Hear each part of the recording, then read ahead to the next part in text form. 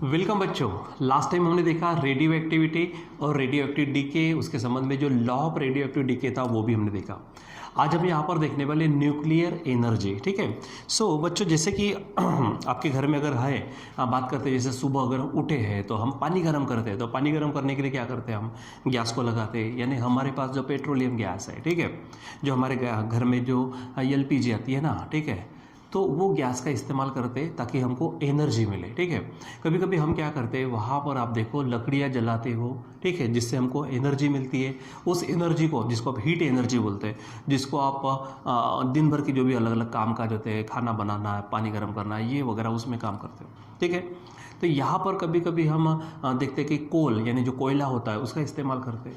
सो जो भी हमारे पास है एनर्जी सोर्सेस है, जैसे कोल हो सकता है, नेचुरल गैस हो सकता है, पेट्रोलियम हो सकता है, हमारे पास में जो वुड फायर होता है, ठीक है, यानी लकड़ी को जलाना वगैरह, ये सब है। लेकिन इन सब चीज़ों का अगर विचार करते तो ये कैसे लिमिटेड सोर्स है, कभी ना कभी ये खत्म होने वाले।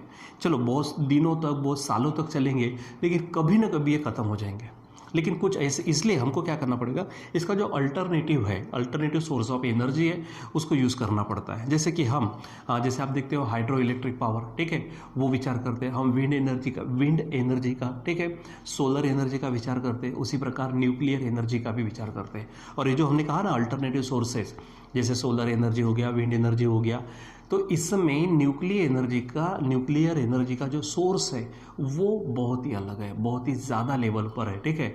और वो एक तरह से बोल सकते हैं कि एकदम हाईएस्ट एनर्जी सोर्स है। ठीक है। तो बहुत सारी एनर्जी मिल सकती है, कभी ना खत्म होने वाला, ऐसा बोल सकते हैं आप। ठीक है। सो ये जो न्यूक्लियर एनर्जी है, अब इस न्यूक्लियर एनर्जी की बात करते हैं तो ये न्यूक्लियर एनर्जी हमको मिलेंगी कैसे। ठीक है। सो बच्चों, क्या होते हैं कि जो हमारे न्यूक्लियस होते हैं, हेवी एलिमेंट्स के वगैरह समझो, ठीक है, वो जब आपस में एक न्यूक्लियस, दूसरे दो न्यूक्लियस, एक से ज़्यादा न्यूक्लियस, ठीक है, जब वो आपस में इंटरेक्शन करते तो उनका स्ट्रक्चर बदल जाता। उनका स्ट्रक्चर बदल जाने से नए न्यूक्लिया तैयार होते। और उसी समय में जब नए न्यूक्लिया तैयार होते हैं, उसी समय में वहाँ पे ट्रेमेंडस एनर्जी भी क्या होती है, जनरेट होती है। वही हमारी न्यूक्लियर एनर्जी है। ठीक है। अगर हम केमिकल रिएक्शंस की बात करते हैं और उससे अगर बात करते हैं कि एनर्जी का मिलना, तो इसके जैसे अगर मान लीजिए कि केमिकल एनर्जी यानी केमिकल रिएक्शन से मिलने वाली एनर्जी से अगर तुलना करते हैं न्यूक्लियर एनर्जी, तो वो लाखों गुना ज़्यादा होती है। वो क्या होती है, लाखों गुना ज़्यादा होती है। ठीक है। तो हमें तो चाहिए एनर्जी बहुत सारी, ठीक है, यानी कभी ख़त्म नहीं होनी चाहिए इस तरह से। ठीक है। सो इसलिए हम न्यूक्लियर एनर्जी का इस्तेमाल भी करेंगे। ठीक है। लेकिन अगर हम बात करते हैं ये जो एनर्जी है, जैसे अगर मान लीजिए कि यहाँ पर हम केमिकल एनर्जी से, केमिकल रिएक्शन से मिलने वाली एनर्जी अगर इलेक्ट्रॉन वोल्ट में लेते हैं, कुछ इलेक्ट्रॉन वोल्ट में, तो न्यूक्लियर यानी ये केमिकल रिएक्शन से मिलने वाली एनर्जी है, समझो, केमिकल रिएक्शन से मिलने वाली एनर्जी। ठीक है। ये कुछ इलेक्ट्रॉन वोल्ट में होगी, तो हमारी न्यूक्लियर एनर्जी जो होगी वो हमारी मेगा इलेक्ट्रॉन वोल्ट में होगी। मेगा का मतलब अच्छा बेटा कि 10⁻⁶, यानी 10 लाख, यानी हमने कहा ना कि लाखों गुना ज़्यादा हो सकती है। ठीक है। लाखों गुना ज़्यादा हो सकती है। हाँ, ये बात है कि ये जो हमारी न्यूक्लियर एनर्जी मिलाने की जो प्रोसेस है वो बहुत ही कॉम्प्लेक्स प्रोसेस है। दूसरी बात, वो एक्सपेंसिव है बहुत सारा, यानी बहुत ज़्यादा खर्चा बोलेंगे आप उसको। उसके बाद भी वो हार्मफुल भी हो सकती है। ठीक है। फिर भी हम इस एनर्जी का विचार तो कर ही सकते हैं। अब अगर मान लीजिए कि न्यूक्लियर एनर्जी हमको मिलाना है, तो हमारे पास दो प्रोसेसेस है। ठीक है। जिसमें से एक प्रोसेस है हमारे पास में एक न्यूक्लियर फिशन करके, और एक है न्यूक्लियर फ्यूज़न। ठीक है। सबसे पहले तो हमारा जो मेन टॉपिक है, मैंने कहा ही आपसे कि हमारा मेन टॉपिक कौन सा है, न्यूक्लियर एनर्जी का। ठीक है। न्यूक्लियर एनर्जी, ठीक है, ये आपको ध्यान में रखना है। ठीक। अब न्यूक्लियर एनर्जी, जैसे मैंने कहा कि there are number of sources of energy like coal, ठीक है, पेट्रोलियम, नेचुरल गैस, फायरवुड, इस तरह से। फिर नेचुरली अगर बात करते हैं तो supply of these sources are limited. ये जो सोर्सेस है लिमिटेड है, कभी ना कभी खत्म होंगे। Therefore we have to use alternative sources of energy such as hydroelectric power, solar energy, wind energy and nuclear energy. उसमें भी nuclear energy being the largest source among this, इनमें सबसे ज़्यादा सोर्स अगर है तो हमारा न्यूक्लियर एनर्जी का है। ठीक है। फिर nuclear energy is the energy released when nuclei undergo a nuclear reaction. मतलब आप आपस में एक न्यूक्लियस बोलो या फिर एक से ज़्यादा न्यूक्लियस बोलो, एक दूसरे से इंटरेक्शन करेंगे, उनका स्ट्रक्चर बदलेगा, नए न्यूक्लियाई तैयार होंगे और साथ में एनर्जी भी रिलीज करेंगे। यानी क्या, व्हेन वन न्यूक्लियस और pair of nuclear due to their interaction undergo a change in their structure resulting in new nuclei and generating energy in the process. इसमें बहुत ज़्यादा क्या होती है, एनर्जी रिलीज होती है, जनरेट होती है, ठीक है। While energy generated in the chemical reaction is of the order of few electron hold पर रिएक्शन, यानी पर रिएक्शन वो कुछ इलेक्ट्रॉन होल्ड ही क्या करेगी, एनर्जी जनरेट करेंगे। लेकिन the amount of energy released in the nuclear reaction is of the order of few mega electron volt, यानी लाखों गुना ज़्यादा बोल सकते हैं आप, ठीक है। 10 for the same weight of fuel, ठीक है। जैसे अगर मान लीजिए कि मैंने कोयला है, ठीक है, कोयले का अगर एक ग्राम वाला टुकड़ा ले लिया, ठीक है, और उतना ही हमने न्यूक्लियर एनर्जी के लिए जो न्यूक्लियर यूज़ करेंगे जैसे यूरेनियम वगैरह उतना ले लिया, तो ये जितना देगा ना उसके लाखों गुना ज़्यादा एनर्जी कौन ये करेगा, जनरेट यूरेनियम करेगा, ठीक है। यानी क्या है, for the same weight of fuel the nuclear energy released is more, million times more, लाखों गुना ज़्यादा, ठीक है। हाउएवर, लेकिन ये एक्सपेंसिव प्रोसेस है, ठीक है, बहुत ही खर्चा है उसके बाद में हार्मफुल हो सकती है और ये बड़ी कॉम्प्लेक्स है, ठीक है, इसलिए विचार करते इसका यूज़ करना नहीं करना, ठीक है। However nuclear energy generation is very complex and expensive process and it can also be harmful, वो तबाही भी ला सकती है, ठीक है, अगर ढंग से उसको कंट्रोल नहीं किया तो, ठीक है। अब we can also obtain nuclear energy by 2 processes, जैसे मैंने कहा थोड़ी देर पहले अभी कि हम 2 प्रोसेस यूज़ करने वाले, एक न्यूक्लियर फिशन और एक न्यूक्लियर फ्यूज़न, ठीक है। तो आज हम देखने वाले यहाँ पर न्यूक्लियर फिशन। अब ये न्यूक्लियर फिशन क्या होता है, ठीक है, हम यहाँ पर लिख लेंगे न्यूक्लियर फिशन, क्या बोलेंगे हम, न्यूक्लियर फिशन, ठीक है। सो ये प्रोसेस है हमारे पास में जिसको हम देखते हैं यहाँ, ठीक है, इसको हटाओ, सिंपल में लिख देता, ये न्यूक्लियर फिशन है, ठीक है। अब यहाँ पे क्या होता है बच्चों कि जो हेवी न्यूक्लियस है, ठीक है, कोई एक आधा हेवी न्यूक्लियस, उसके ऊपर क्या करो आप, न्यूट्रॉन का बम्बारमेंट कर दो, ठीक है। मान लीजिए कि एक आधा ये हमारे पास हेवी न्यूक्लियस है, ठीक है, इसके ऊपर में किसका बम्बारमेंट करेंगे हम, न्यूट्रॉन का बम्बारमेंट करेंगे। तो न्यूट्रॉन का बम्बारमेंट करने से क्या होगा, ये न्यूक्लियस ना लाइटर न्यूक्लिया में बदल जाएगा। मान लीजिए कि एक ये न्यूक्लियस और एक न्यूक्लियस, ऐसे 2 न्यूक्लिया यहाँ पर तैयार हो जाएंगे और इसके साथ में एनर्जी रिलीज होंगे। तो ये जो प्रोसेस है, इस प्रोसेस को हम क्या कहते हैं, न्यूक्लियर फिशन, यानी क्या बोलेंगे, द स्प्लिटिंग, ठीक है, द स्प्लिटिंग या फिर ब्रेकिंग बोल सकते हैं आप, the splitting of heavy nucleus into the lighter nuclei. कब, ठीक है, on the bombardment of the neutron, ठीक है, with the release of energy, it is called as nuclear fission, ठीक है। तो इसके लिए ध्यान में रखो। अगर मान लीजिए कि कोई एक आधा हेवी न्यूक्लियस है हमारे पास में जिसमें एटॉमिक मास नंबर, मान लीजिए कि जिसका एटॉमिक मास नंबर 238 है, ठीक है। अब उसके ऊपर में बम्बारमेंट कर दिया हमने किसका, न्यूट्रॉन का बम्बारमेंट कर देने से क्या हो जाएगा, इससे हमको 2 न्यूक्लिया तैयार हो जाएंगे, समझो, ठीक है। सो एक न्यूक्लिया है जिसका एटॉमिक जो नए न्यूक्लिया तैयार होंगे जिसको हम प्रोडक्ट बोल सकते हैं या फिर डॉटर बोल सकते हैं, ठीक है। सो ये जैसे ये हमारे पास में क्या हो गया, पेरेंट हो गया, ठीक है। इसको तोड़ देने के बाद में जो 2 न्यूक्लिया तैयार हो जाएंगे तो वो उनका एटॉमिक मास मान लीजिए कि वो रहता है बीच में 50 to 150, ठीक है, इसके दरमियान रहेगा और साथों साथ इसकी एनर्जी निकलेंगी बाहर में, ठीक है।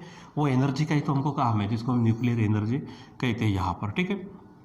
अब जैसे अगर मान लीजिए कि एक आधा एग्जाम्पल लेते हैं, तो जैसे हम जो न्यूक्लिया है, ये न्यूक्लियर एनर्जी के लिए, न्यूक्लियर फिशन के लिए जो इस्तेमाल में लाते वो हमारा है यूरेनियम 236। यूरेनियम क्या है, 236, इसको हम क्या करते, यूज़ करते हैं, ठीक है, न्यूक्लियर फिशन के लिए, ठीक।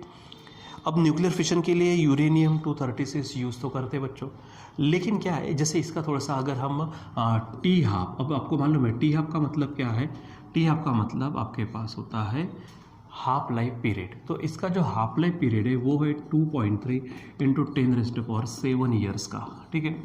और इसकी अगर एक्टिविटी की बात करते हैं, हमने लास्ट टाइम में ये भी देखा हुआ है, तो इसकी एक्टिविटी 6.5 × 10⁻⁻5 क्यूरी पर ग्राम ही उसकी एक्टिविटी है। तो ये हमको चलता जरूर है, ठीक है, यानी न्यूक्लियर फिशन के लिए इसका इस्तेमाल होना बनता है, ठीक है। लेकिन प्रॉब्लम क्या है कि ये नेचुरली, ठीक है, हमको प्रेजेंट नहीं मिलता, ठीक है। यानी नेचर में जनरली ये क्यों, क्योंकि ये खुद फिशनेबल है। फिशनेबल मतलब इसका फिशन होते रहेगा, और फिशन होने का मतलब क्या है कि इसके जो न्यूक्लियस है, ठीक है, वो न्यूक्लियाई में क्या होते जाएंगे, डीके होते जाएंगे उसका, यानी बहुत सारे न्यूक्लियाई ऑलरेडी उसमें से निकल चुके होंगे, ठीक है। इसलिए ये इस फॉर्म में नहीं मिलता हमको।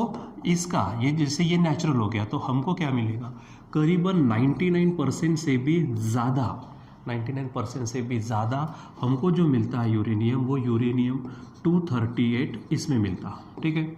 इसमें मिलता है यूरेनियम 238, और 1% से भी कम जो है वो हमको मिलता है किसमें, यूरेनियम 235 के इसमें, ठीक है। ये 92 उसका क्या है, ये जो है ये वहाँ पे उसका क्या है, हमारा Z है, यानी एटॉमिक नंबर, और ये ऊपर में जो लिखते हैं आपको मालूम है वो उसका क्या है, मास नंबर, ठीक है। तो हमें कौन सा चाहिए ये, ठीक है, ताकि क्योंकि उसका जो हाफ लाइफ पीरियड है, उसका एक्टिविटी है न्यूक्लियर फिशन के लिए, ये एलिमेंट का होना ज़रूरी है। लेकिन हमको वो नहीं मिलता क्योंकि ऑलरेडी उसका फिशन हो चुका होता है, ठीक है, और वो मिलता हमको 238 में, ठीक है, या फिर बहुत ही कम इसमें मिलता वो 235 में।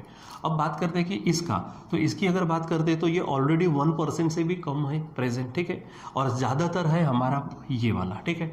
लेकिन अगर हम यहाँ पे इसको अगर आगे बढ़ाते हैं, ठीक है, सो यहाँ पर आप चेक करो तो ये जो, यानी हम इसको यूज़ कर सकते हैं, किसको यूज़ कर सकते हैं, यूरेनियम 238 को यूज़ कर सकते हैं। लेकिन प्रॉब्लम ये है कि इसका जो हाफ लाइफ है, ठीक है, इसका हाफ लाइफ अगर हम बात करते हैं, जैसे इसका हाफ लाइफ 2.3 × 10⁻⁷ है, इसका हाफ लाइफ है, ठीक है, यानी इसका जो हाफ लाइफ है वो जो है, ठीक है, वो ग्रेटर है, ठीक है, बहुत ही ज़्यादा है, अबाउट 10⁻³ टाइम्स, ठीक है, क्या है, अबाउट 10⁻³ टाइम्स, ठीक है, किसके ज़्यादा है, यानी जो यूरेनियम 236 है इससे ज़्यादा है, यानी बहुत ही ज़्यादा है। इसलिए हम इसको इस्तेमाल भी नहीं करते, ठीक है, यानी यूरेनियम 238 को इस्तेमाल नहीं करेंगे। दूसरी बात, यूरेनियम 235 इतना कम है कि वो छोड़ ही दो, यानी हमारे पास इस्तेमाल करने के लिए फिर कौन बचता है, तो यूरेनियम 236 ही बचता है, ठीक है।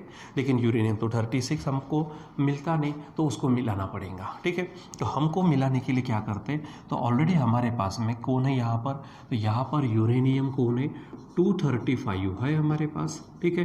अब आपको किसकी ज़रूरत है, यूरेनियम 236 के, तो आप सिंपल है कि इसमें क्या कर दो, बम्बार्डमेंट करेंगे, इसके ऊपर जोर से क्या कर देंगे, बम्बार्डमेंट करेंगे न्यूट्रॉन का। तो न्यूट्रॉन के ऊपर में चार्ज कुछ नहीं है और उसका मास ये है, ठीक है। अब इसको अगर आप सॉल्व करते तो आप यहाँ पे चेक कर लो, ठीक है, क्योंकि सॉरी यहाँ पे मैंने गलती से यहाँ पे ये लिख दिया, ठीक है, ये थोड़ा सा कम चाहिए, यहाँ पे क्या चाहिए, 92 चाहिए, ठीक है।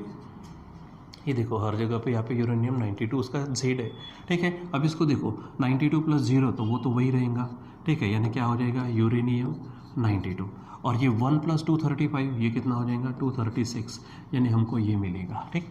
यानी आपको पहले क्या करना पड़ेगा, यूरेनियम 236 को निकालना पड़ेगा।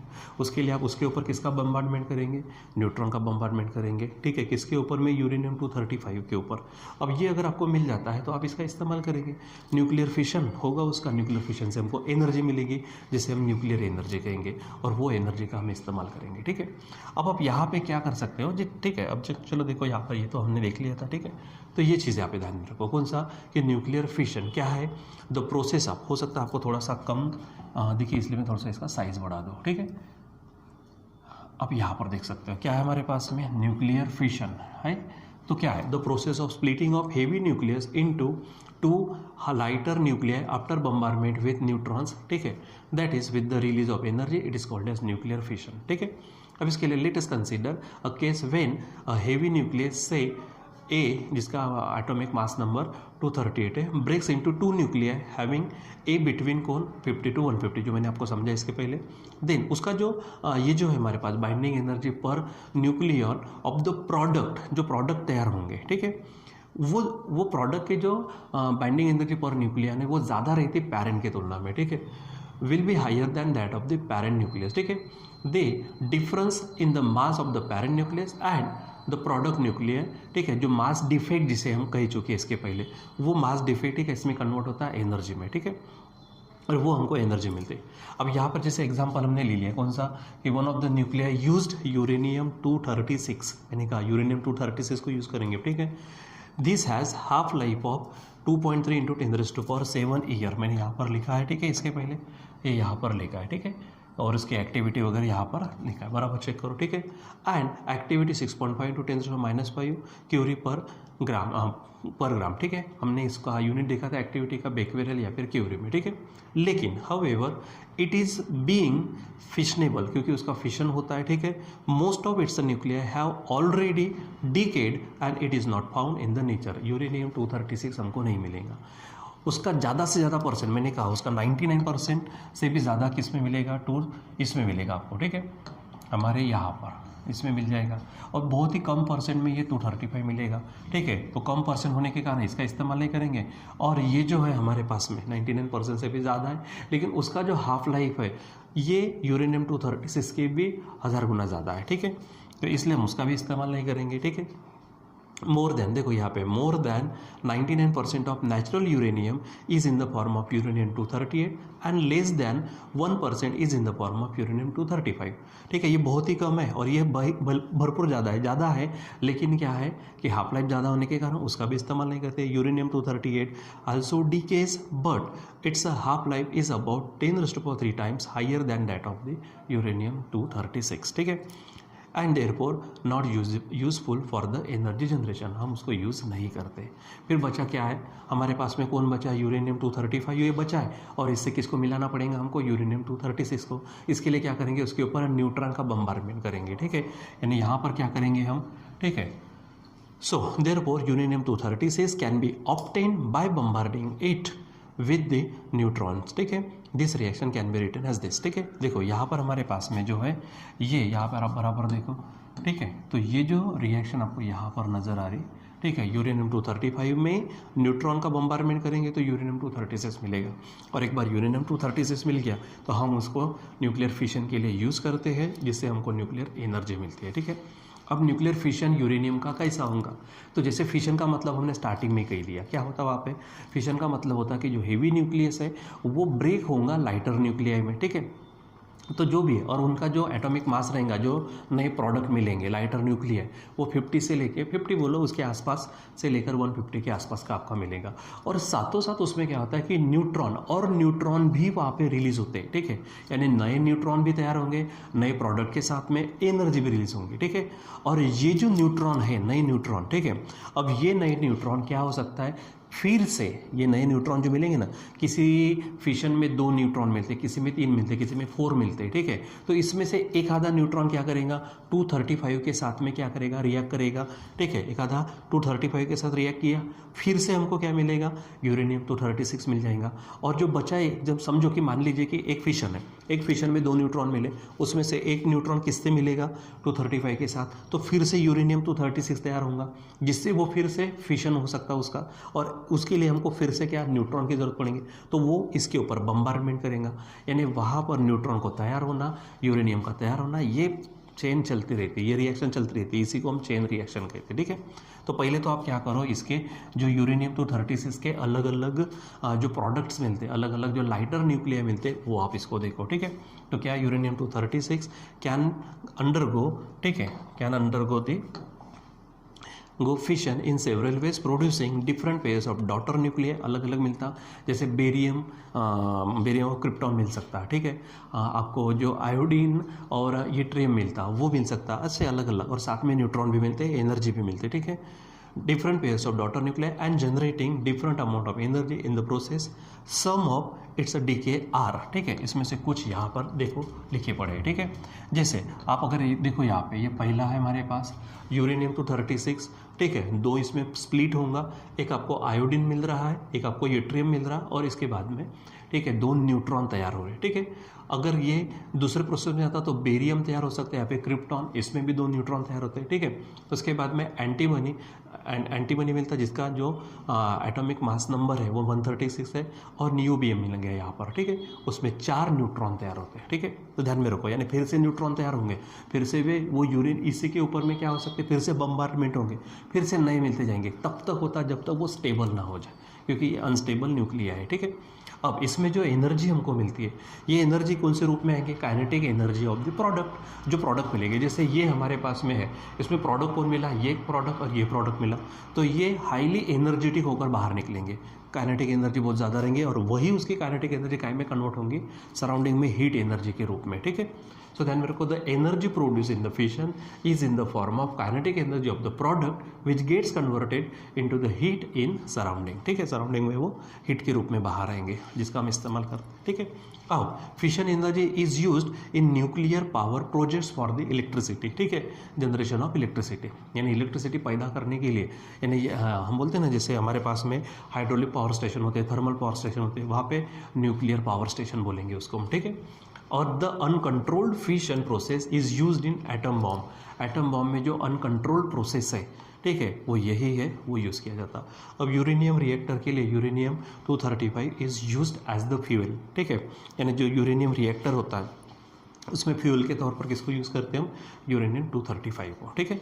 अब थोड़ा सा एक और छोटा सा इसी का पार्ट देखते हैं, जिसको हम चेन रिएक्शन बोलते हैं, जो अभी हमने थोड़ी देर पहले डिस्कस की।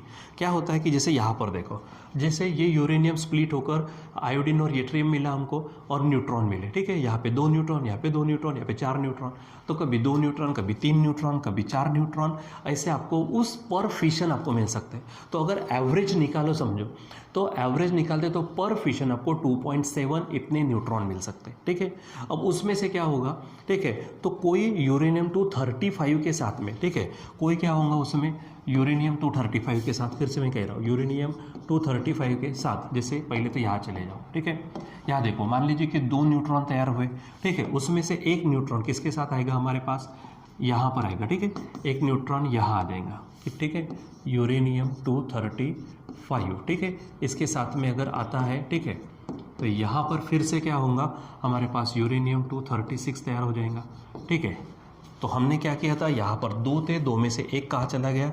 यूरेनियम 236 को तैयार करने में, फिर भी एक बचा, तो फिर वो क्या करेगा? इसके ऊपर में बम्बार्डमेंट होगा उसका, ठीक है, इसके ऊपर जैसे हमने स्टार्टिंग में देखा ये 0 है, ठीक है, इसके ऊपर बम्बार्डमेंट करेगा और फिर वो इसको क्या करेगा? स्प्लिट करेगा, तो हो सकता है इसमें से कुछ और मिले आपको, ठीक है, नए प्रोडक्ट मिल सकते हैं। फिर से न्यूट्रॉन तैयार होगा, फिर से यूरेनियम 236 तैयार होगा, फिर से वहाँ पे एनर्जी बहुत सारी रिलीज होंगे, ये बार बार बहुत सारे न्यूट्रॉन्स तैयार होना, बहुत सारे फिशन होंगे, बहुत सारे वहाँ पे यूरेनियम 236 मिलेंगे, बहुत ज़्यादा प्रमाण में एनर्जी इतनी भयानक हो जाएंगे कि जो भी हमारा रिएक्टर है उसमें बहुत बड़ा सा एक्सप्लोजन, धमाका हो सकता है, इतना ज़्यादा हो सकता है, ठीक है। अब उसको आपको कंट्रोल करना पड़ेगा, कंट्रोल करने के बाद में आप उसको यूज़ कर सकते हो, ठीक है।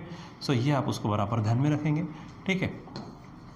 सो देखो चेन रिएक्शन, इसी को ही हम चेन रिएक्शन बोलते हैं, बार बार न्यूट्रॉन का तैयार होना, ठीक है। तो क्या है? Neutrons are produce in the fission reaction, जो फिशन रिएक्शन है न्यूक्लियर फिशन, उसमें न्यूट्रॉन भी प्रोड्यूस हो रहे, some reaction produce 2 neutron while other produce 3 or 4 neutrons. The average number of neutrons are in terms absorbed by the other uranium 235. जो uranium 235 है उसमें एक आधा न्यूट्रॉन जाएगा, यूरेनियम 236 तैयार करेगा, ठीक है, to produce uranium 236 which undergo fission, वो फिर से फिशन होगा उसका, क्योंकि जो बचा न्यूट्रॉन है उसको फोड़ेगा, ठीक है, टू प्रोड्यूस 2.7 न्यूट्रॉन पर फिशन, ठीक है। This can have cascading effect, यानी बहुत ज़्यादा निर्माण होना, ठीक है, and the number of neutrons produce and therefore, देखो न्यूट्रॉन बहुत ज़्यादा प्रोड्यूस होंगे, उसके कारण यूरेनियम 236 बहुत ज़्यादा प्रोड्यूस होंगे, ठीक है, कैन इंक्रीज क्विकली, बहुत ही भयानक लेवल पर ये क्या होगा? बढ़ते जाएगा number. This is called as chain reaction, इसी को क्या कहते हैं हम? चेन रिएक्शन, ठीक है। आगे such a reaction will lead to fast increase in the number of fissions and thereby in the rapid increase in the amount of energy produced, बहुत ही जल्दी, बहुत ही फास्ट, बहुत ही ज़्यादा एनर्जी वहाँ पे तैयार होंगी, ठीक है। This will lead to an explosion in the nuclear reactor, जो न्यूक्लियर रिएक्टर है जहाँ पे प्रोसेस चल रही है उसमें बहुत बड़ा धमाका हो सकता है, ठीक है। Methods are employed to stop the chain reaction and energy generation is allowed to occur in a controlled fashion, control करना पड़ेगा आपको, ठीक है। The energy generated is converted into electricity by using turbine. अब इसमें जो एनर्जी जनरेट हो रही है, अब टर्बाइन का इस्तेमाल करके इसी का क्या कर सकते हैं? इलेक्ट्रिसिटी जनरेट करने में हम उपयोग कर सकते हैं। ठीक है, सो बच्चों ये हमारे पास में, इसलिए तो न्यूक्लियर पावर स्टेशन बोल रहे हैं हम। ठीक है, कि बहुत ज़्यादा न्यूक्लियर एनर्जी को कन्वर्ट करेंगे इलेक्ट्रिकल एनर्जी में। ठीक है, यानी हमको बहुत ज़्यादा लेवल में, बहुत ज़्यादा प्रमाण में, ठीक है, क्या होगा कि हमको इलेक्ट्रिसिटी मिल सकती है। ठीक है, सो यहाँ पर हमारे पास में ये यहाँ से हमने शुरू किया। ठीक है, न्यूक्लियर एनर्जी हमारे पास यहाँ पर। ठीक है, न्यूक्लियर एनर्जी किसके तहत हमने देखा, दो प्रोसेस है, एक न्यूक्लियर फिशन है और एक होती है न्यूक्लियर फ्यूज़न। न्यूक्लियर फ्यूज़न हम बाद में देखने वाली है। ठीक है, अब यहाँ पे यूरेनियम नेचुरली कौन सा प्रेजेंट होता है। ठीक है, तो ये हमारा नेचुरल है, लेकिन ये प्रेजेंट नहीं रहता, ज़्यादा से ज़्यादा 238 में रहता, बहुत कम 235 में आता। फिर भी हमको 236 अगर चाहिए है तो न्यूट्रॉन का बम्बार्डमेंट करके हम उसको मिला सकते हैं। फिर उसके अलग अलग जो प्रोडक्ट न्यूक्लिया है यहाँ पर ये लेंगे। ठीक है, तो जो यहाँ पे ये जो प्रोडक्ट न्यूक्लिया साथों साथ उसके न्यूट्रॉन तैयार होते हैं। न्यूट्रॉन का फिर से यूज़ होता है ताकि वो चेन रिएक्शन केस में हम बहुत ज़्यादा एनर्जी मिलेगी, न्यूक्लियर एनर्जी। इस न्यूक्लियर एनर्जी को अच्छे से कंट्रोल करके, अच्छी तरीके से इस्तेमाल करके हम इलेक्ट्रिकल एनर्जी में इसको कन्वर्ट कर सकते हैं। ठीक है बच्चों, तो this is about the nuclear energy on the account of nuclear fission. ठीक है, later on we will see the nuclear fusion. Okay, so तब तक के लिए बाय।